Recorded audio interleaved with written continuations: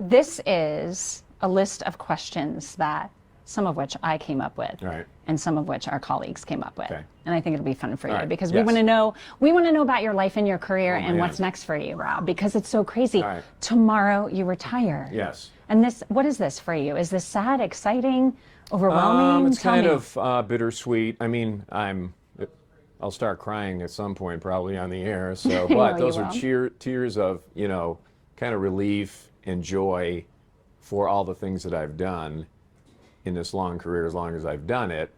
But it's mixed emotions about I've been so entrenched in this for so long. Yes. And you know what it takes. It's like this is an all-consuming world that we live in. Our lives change because of what we do, because weekends and holidays and schedules and stress and all that stuff, it's all It's everything. consuming.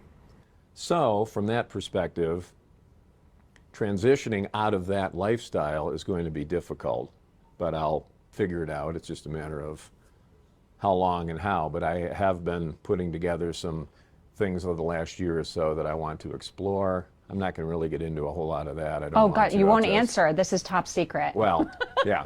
But anyway, you'll see me around. You may not know where or when, but anyway, I do have ideas of what I'd like to do. So You know, it's funny. Everyone I talk to when I tell them you're retiring says, wait, Rob's not old enough. What do you Right. mean he's retiring? Right. I am of retirement age, by the way. You are. Yes, I just turned 66. So 66. yeah. So But they're Social Security is surprised, right right? around the corner. Well, they're surprised, though, because you are someone they have watched for 35 years here. So to imagine not having you every night is a big deal to our viewers. It's a big deal to me, but I know to our viewers who have watched you for decades. And they have expressed that on my Facebook page and in emails and that's really heartwarming that you know that I did matter in their lives. They did count on me and our team to do what we did for all those years, to make a difference in what you do in life. That matters. And it does matter to me. And they're so kind and thoughtful, and people that I worked with have reached out, which is really nice. And so it's been really nice. And it is the reality of life. We just move on, but it's just time for me to move on and for the next generation to come in and give them a shot like I got a shot here 35 years ago. I'd lost my second job in this business, wondering, man, am I going to be a 3-time loser? But they took a chance here, and I had great support from staff and management, and I think I did a good job early on to be able to extend it over time. And I was on that, oh man, I'm going to be here for 2 years, and I was on that track. I'm going to be in a top 25 market by the time I'm 30 and all that stuff. But as it turned out, I didn't have to, and this turned out to be the best thing that ever happened to me. Great place to live. Quality of life matters, and our kids are born here. Colorado's our home. Staying here, not going anywhere. I have been asked that, like, oh, are you going to leave and stuff? And I'm like, no, we're not leaving. You're staying I love here. Colorado. Do you Really remember your first day, Rob, here? Not really. It's 35 years ago. Yeah, I remember, some of the things of, the interview I went through, Yeah. but yeah, I came here as a weekday reporter for 3 days, and then I was producing and anchoring weekends. So I was moving back and forth between the Springs and Pueblo, and then after a couple of years, I was ready to move on and said, hey, is there any opportunity to move up? And within, 3 or 4 days, they fired my predecessor and said, you got the job if you want it. In 3 or 4 days. Something like that, yeah.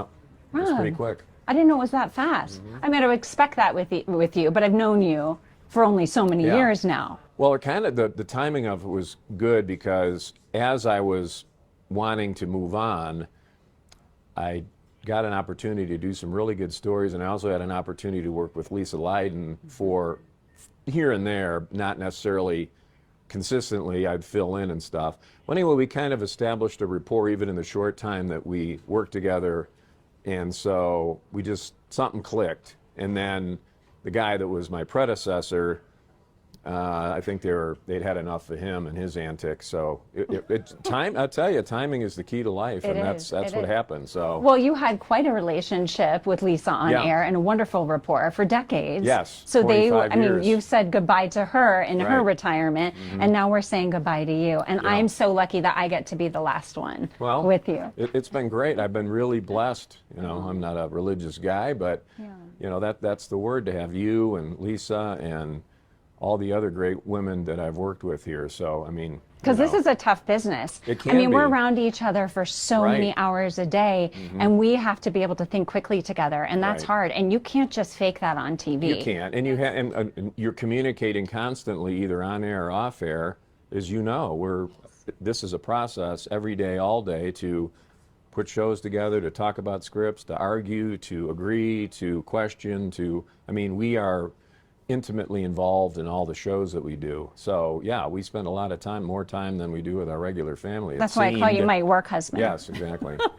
Okay, here's some of the questions that people in the newsroom want to know. What are you going to miss the most about the job? The people, all the relationships. I mean, they're all a bunch of knuckleheads. So Totally, and we laugh all day long. Well, sometimes we yell. And I'm laughing at you. Oh, okay.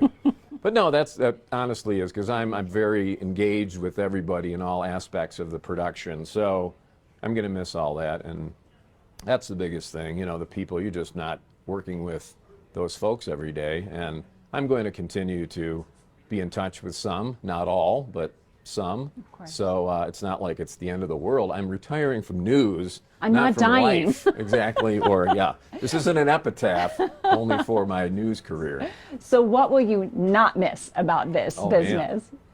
Well, I was joking. Hold on, I have a list. I've joked with these guys about a top 10 list of things I won't miss. Yes. What's number one? Can you say makeup. Oh. Putting that on every day. Listening to the scanner every day, all day, and every night when nobody's sitting at the assignment desk. That's number one. But you have the best scanner ear of anyone I know. Well, it's funny because you filter out all the noise, if it were, so the stuff that matters hits you. And so I can sit over wherever I sit, and you hear the fatal crashes, the shootings, all that stuff. Although I'm not going to miss, the shootings and stuff, because it's reached a point over time. Remember, we've had so many terrible, where you hear active shooter or something on it just makes your stomach turn, and I'm not gonna miss that stuff, because it really does affect us, and so I'm not gonna miss that. A couple other things. I don't have to iron my tie and shirt every day. Every day. I won't be bringing my lunchbox anymore. I have this little cooler that I put my dinner in, and I go sit in my little box back there. I've never seen you go out to eat. You're always here on your dinner break. Well, it's funny, but you hide. When I first started, way back when you have no money, yes. By the way, young kids, you do not make money when you first start out in this business, for the most part. So, in order to save money, I always made food. So I always brought it in a little cooler, and I've had different coolers over time.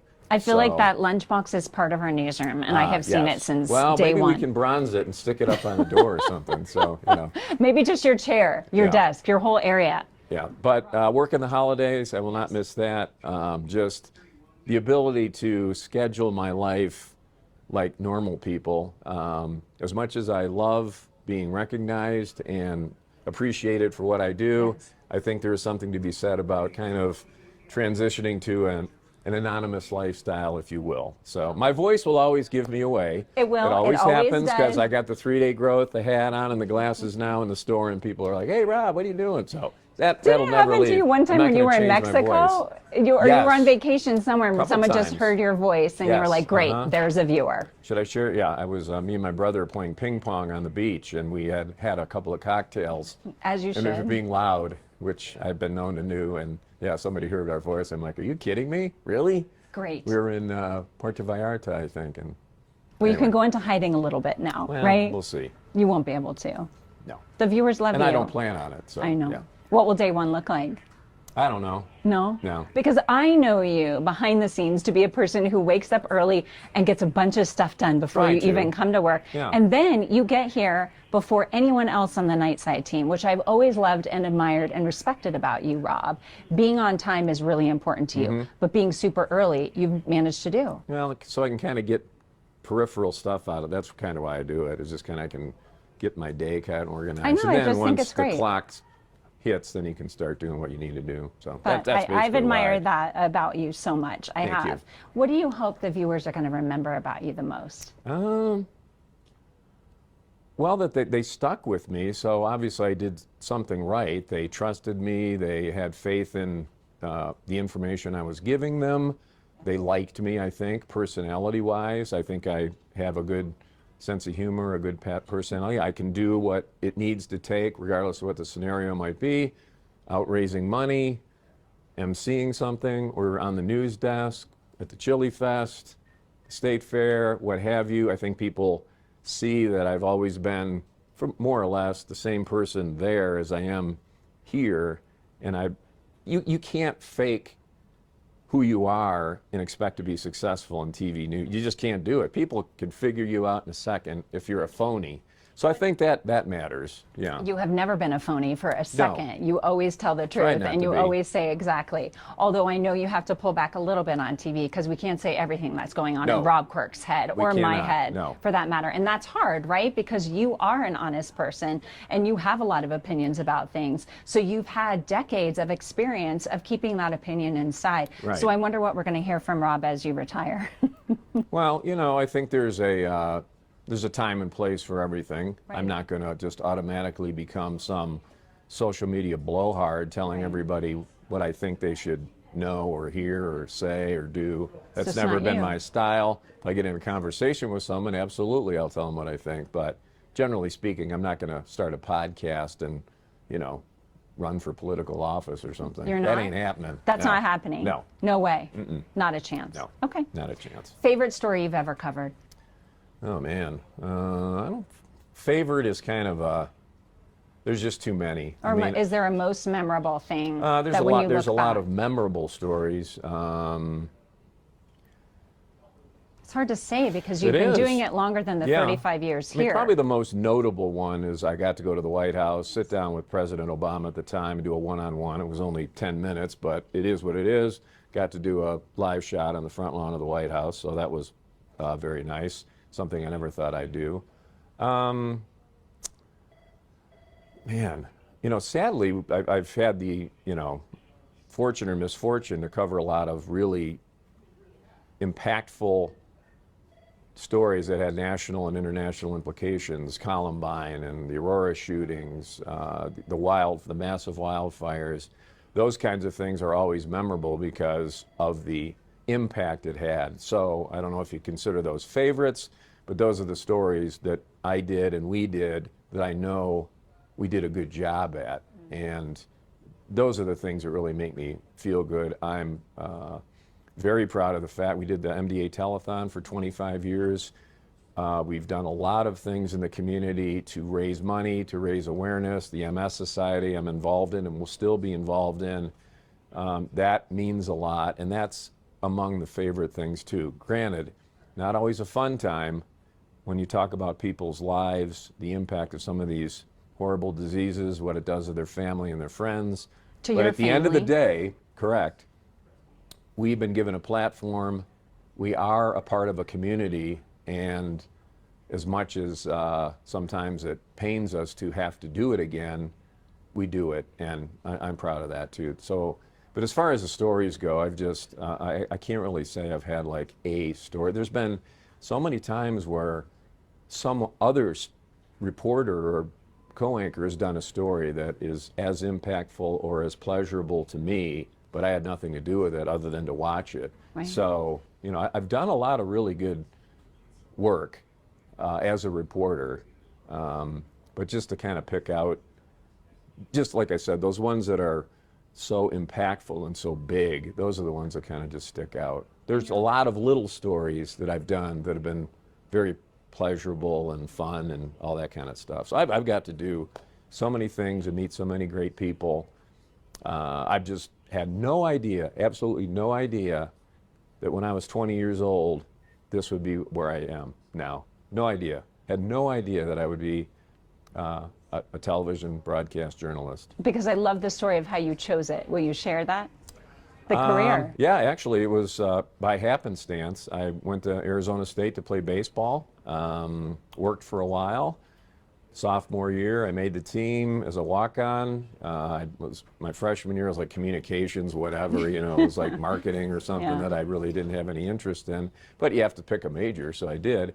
Well, anyway, the second semester, I switched and went into journalism, and they had, you could either go print or broadcast. I thought, oh, this sounds fine. I worked on my school paper in high school a little. I was a PA announcer at my high school basketball games. Anyway, I was a ham. I was in theater and all that stuff, and I thought, oh, but I never really thought about the journalistic part of it. That's what we do. All that other stuff's kind of peripheral, And so anyway, I really fell into it and found that I had a skill set that fit perfectly with broadcast news. All the elements of who I am as a person in a lot of ways fit right into that mold, checked all the boxes, and I laugh, but it's true. I was a super competitive, pretty good athlete when I was a young man, and I do equate what we do here and what I have done with athletics and with that. There's so many elements that are similar. The competition, you're only as good as your last show.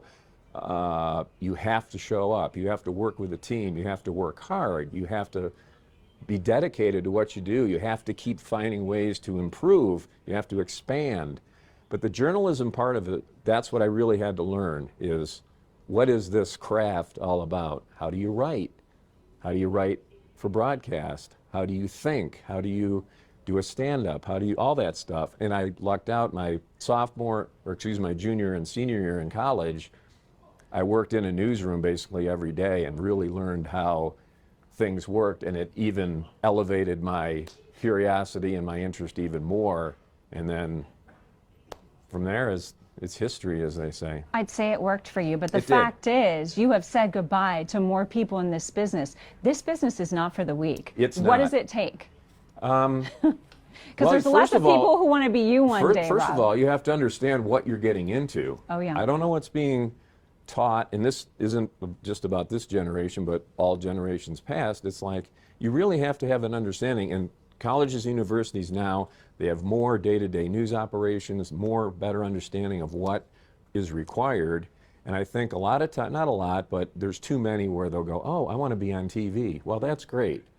If you want to stay on TV, you have to understand what it takes to do that. It is a hard job. There are a lot of things that you may not understand you have to do every day, all day, or you won't succeed. And you learn. I see the ones that you can help them, but if they don't want to help themselves and they just want to do what they think they need to do and they know it all, goodbye, I'm not going to waste my time. But you can tell the ones that they really understand and want to get better and appreciate the feedback and stuff like that. So, well, you've mentored so many.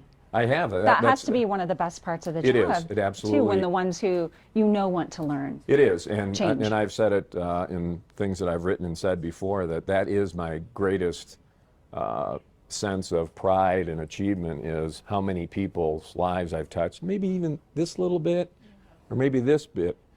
Professionally, personally, how to help them do their job better, lead them, mentor them, give them suggestions, all that. And then you see them take what it is you did and what others did, and then they transition to their own independent career and are just successful wherever they are now. And I've got a whole stable full of former coworkers who I see now, and I'm so proud of them all. So it's fun to see them. Yeah, and they acknowledge, I've gotten some great, I save them all, the cards they'll send or have sent over time, or what they've given me or notes they've written when they left. So it's very important. It's one of the most touching, and it just makes me feel good. Again, making a difference in people's lives, and I'm proud of that, probably more than anything else. You've gotten a lot of thank you notes.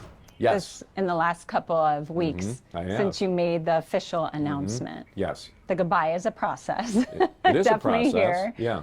And there has to be, is there something that stood out to you the most? I actually got a card from a reporter that I worked with like in the late 90s, early 2000s. She left here and went up to Denver. Anyway, finally just gave it up. But the thing she said to me about what drove her to continue, but ultimately where she was, it didn't work out and she got out, exactly what I was just talking about. The things that I helped her with, taught her, sense of humor, the ability to work with them, all that kind of stuff. It was a really touching letter, and it was one of those deals like, wow, I haven't heard from you in 20 years, but those people remembered that, and that is, wow. I was crying at my desk. It's going to be hard to talk tomorrow night without crying, I Jesus, imagine. don't even say that. Yeah. Do you have something that you have prepared that you want to say to the viewers, well, not or you just really. kind of I mean, ad-lib it like you have done for well, so long? I mean, I know what I'd like to say. It's just a matter of where my head's going to be at and how much time I feel like is necessary. My thoughts are going to be posted on my Facebook page, and I have already, and people, they'll understand. I don't want this, multi-minute, expose about me and you and the audience. Just saying thanks is enough, because I appreciate being on the air for all these years, and people appreciate what I've done. So that's pretty much going to be it in a nutshell. And thanking my family, because my wife's been a trooper. One of the things I wrote and something I posted was, hey, if you're a young journalist and you want to get into this business, you better find a partner who understands how screwed up this business can be. And if you don't have somebody who understands exactly how this works, you need to find something else to do if you're planning on spending the rest of your life together. Because if you don't get a partner that understands the realities of what we do, it's hard. My wife and I will be married 40 years. She's been with me from the start. It's hard to through talk all about. the ups and downs, and there's been a lot. The marriages, the divorces, the births, the deaths, all that stuff. She has Personal stayed. relationships, Yes. the inner office stuff, but all the fun times too, the parties and the Yes. outside the work gatherings, and anyway, but she's seen it all, my depression girls. and my exhilaration, the birth of our kids, all that stuff. It's been a long long road to hoe, so. But We love her and thank her. yes, And your girls. exactly. Yes, they've had That to is put up no with dad easy- too. Yeah. Yeah. You're having your dad on TV sometimes can be a little, oh please, from kids the way they can be sometimes. But they're going I to be know. here. My They're gonna- 7-year-old is not interested in me Yeah. on air, so Apparently, it's my tough. little granddaughter recognized me on TV. She's 2. What does she call you? Pop. Pop, pop. She said Yeah. pop up when she Yeah. saw you on. Oh, I love that. I hope Something. they recorded Anyway, I it. was informed that she She saw. recognized you. I'm like, well, it's a little better late than never, I guess. But Rob will be on YouTube for the rest of time if they ever want to see what I did for a living for 44 years. So. I think there's going to be a lot of ways that they'll be able to see that. Yeah. Good surprises for you tomorrow. Yeah. Okay. So everyone's asking, when is Rob's book coming out? Oh, I don't know, but I am going to be putting thoughts down. I've told people, all through the years, I've said, oh, I'm going to write a book because something will happen or I'll meet some anyway. But I just got to figure out, I think just writing stuff down about what I've been through is, I don't know if it'll turn into a book, but I think it's important to reflect on the good, the bad, the ugly, the funny, the not so funny. So anyway, I have a name for it, which is Zip Your Fly and Other Adventures in Local TV News. So at least I got the title. And there is a story behind the title. That one time you had your fly down on Correct. a live shot. Yes. So this is where it And, comes from. But the photog thankfully went in tight, so nobody saw Rob's fly open on that. I want the first Live copy. shot. I'm ready, and I Okay. want you to sign it for me. right. So I'm ready for Guaranteed. the big day. We'll see how long it takes. So here's a really important question. Uh-huh. Who's your favorite co-anchor? Don't answer that. Wow. You have to say me, right? No, we know it's Lisa, and that's okay because we love Lisa. But you had the most time with her. I did. Like I said, I mean, she 25 was a years. partner to you. Yeah, we went through a lot together, and so yeah, it was. I never met. Somebody told me, and I don't know if this is true or not, that we were the longest running news anchor team in Colorado broadcast I believe history. it. So I don't know if it's true. We haven't checked the facts on that, but I I'm don't just know, going to but I say was it's told good. this. You're the so, source. Anyway, but yeah, I started with Leslie Gale. She was my original, and she was a big part of getting me hired when I came here as a weekend. Awesome. Robin Adair. Robin does some other stuff in Colorado still. Lisa was there from the start. Georgianne Limberopoulos, I worked with her for 10 years on the 5 o'clock show, so we had a long run together as well. You did. Then Lisa retired. Jennifer. Jennifer Horbelt, you're right. Jennifer and I worked together for a couple of years. There was a transition year there when Lisa was going to leave. She did anyway. She stayed, and then Elizabeth Watts came in after Lisa retired. Jen was here for like 2 or 3 years, I think, and we worked together on one show. We did some good stuff. She was great. She's working in Kentucky. Elizabeth Watts, I worked with her for 5 years. She left, and then you and I have been together for 2.5 years, and we knew this was coming when we signed on, but I'll tell you folks out there, when we're trying to find Elizabeth's replacement, I got this list about this long of names of people within the Scripps family that I had no idea who they are. That's just the way it works. They bring them in, we audition and all that stuff. Actually never got that far because at the bottom of the list was Diane's name. I'm like, holy cow, her name is on there. Let's see if we can figure this out. And we figured it out pretty quick, and it's worked out great. I mean, you are everything that I thought it would be and more. And the great thing is that everyone that I've worked with, you've got to find a way to adapt, whether you like them or don't like them. And I've liked all of them most of the time. We've had our differences. I'm going to say I'm most of the time. All the time. All the time. Thank you. That's very generous. But everybody has, their quirks, and so you have to figure out what they're all about. They have to figure out what I'm all about. But it has been a great opportunity for me to work with such great, smart, beautiful, intelligent, hard-driving, energized women. And hey, man, we both made it work. So that's the big deal. It's been one of the joys of my career to be with someone who has the longevity, the love from the community, and the trust from the community that you have, Rob. No, that's why. why I won't get to say anything tomorrow night, but I get to say it now to you, that I'm so thankful for what you have taught me as a journalist about what it means to be committed to a place that can be so difficult. Yeah. To sit in this seat every night. Well, I think you had a lot of those characteristics when you came on board, and I knew that, and that's why when I saw your name, I said, let's get her, because you had a reputation for all those things you just said about me. And, thank you, Rob. And that matters, because you bring somebody in from another market, you don't know. You can look at a tape. I've been burned by thinking, we're hiring one person, and then they actually show up and sit in a chair, and you go, what is this? Or over time you find out, I think we might have got conned on that one. So how do I move forward without you? Yeah. What do you suggest? Yeah, what do I do? Just keep doing what you're doing. We've got a good team here, and that's what it's all about. Listen, everything changes, and you'll figure it out. Thank you. What else do you want to say?